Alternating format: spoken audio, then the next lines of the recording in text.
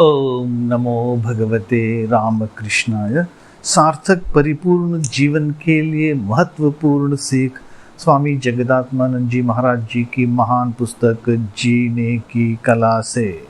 अध्याय 1। छोड़ो चिंता दुश्चिंता को।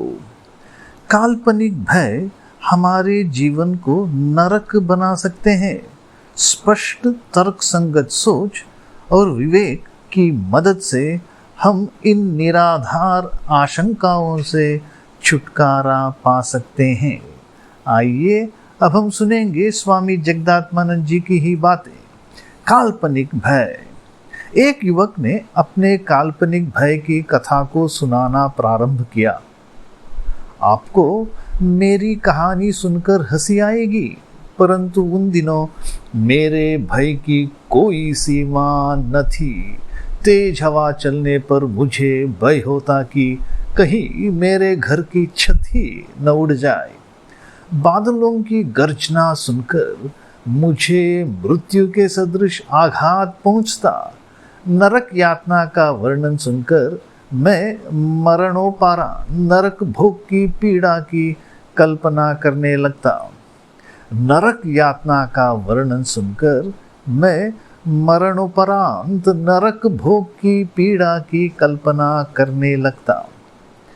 कर्मचारीगण यदि आदेशों के पूरा करने में विलंब करते तो मैं चिंतित हो जाता कि इन आलसी कर्मचारियों के साथ मैं कैसे काम करूं। मुझे आशंका होती कि उन्हें किसी प्रकार का दंड देने पर कहीं वे मुझ पर आक्रमण न कर बैठे। मैं कल्पना करता कि मेरे चलने का ढंग देखकर लड़कियां मेरा उपहास करती हैं। मैं निरंतर इस बात से चिंतित था कि कभी कोई लड़की मुझसे विवाह करना पसंद नहीं करेगी। मैं चिंतित था कि ससुराल में मैं कैसा आचरण करूंगा। मैं कल्पना करता कि यदि मेरी पत्नी गांव की होगी तो उसके घर की ओर जाने वाली निर्जन सड़क से होकर जाते हुए डाकू मुझ पर प्रहार करके मुझे लूट लेंगे और मैं इससे आतंकित हो उठता। एक बार मेरे एक मित्र ने एक और घटना बताई।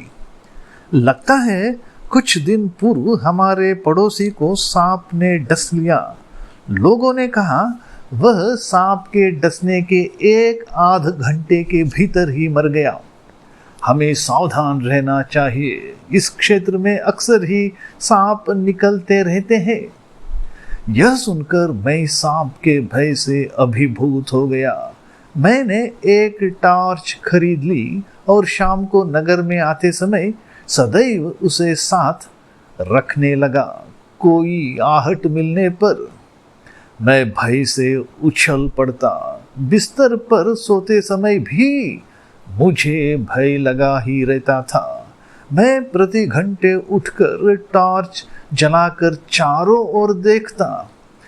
मेरा मन सांप के भय से आतंकित था। मैं भय से टूट गया। 6 महीनों तक मैं कहीं भी जाते समय अपने साथ टॉर्च ले जाता रहा, पर एक बार भी मुझे कोई सांप दिखाई नहीं पड़ा। अब मैं खुद पर शर्मिंदा था। अपने मन को भय की अनावश्यक कल्पनाओं से भर लेने के कारण मुझे खुद पर हंसी आने लगी। मुझे लगा कि ऐसे भयों को आश्रय देकर जिनमें से एक भी सत्य सिद्ध नहीं हुआ, मैंने कैसी मूढ़ता दिखाई है। पके हुए चावलों में एक कंकड़ मिल जाने का अर्थ यह नहीं कि पूरा चावल ही कंकड़ों से भरा पड़ा है। यदि 2-1 विपत्तियां आ जाए तो इसका अर्थ यह नहीं कि सारा जीवन ही संकटमय है। यदि हम में थोड़ी तर्क शक्ति तथा विवेक हो तो हम इस काल्पनिक भय से स्वयं को मुक्त कर सकते हैं। यदि हम में थोड़ी तर्क शक्ति तथा विवेक हो तो हम इस काल्पनिक भय से स्वयं को मुक्त कर सकते हैं। ओम शांति शांति शांति। हरि ओम तत्सत। श्री राम कृष्णार्पणमस्तु।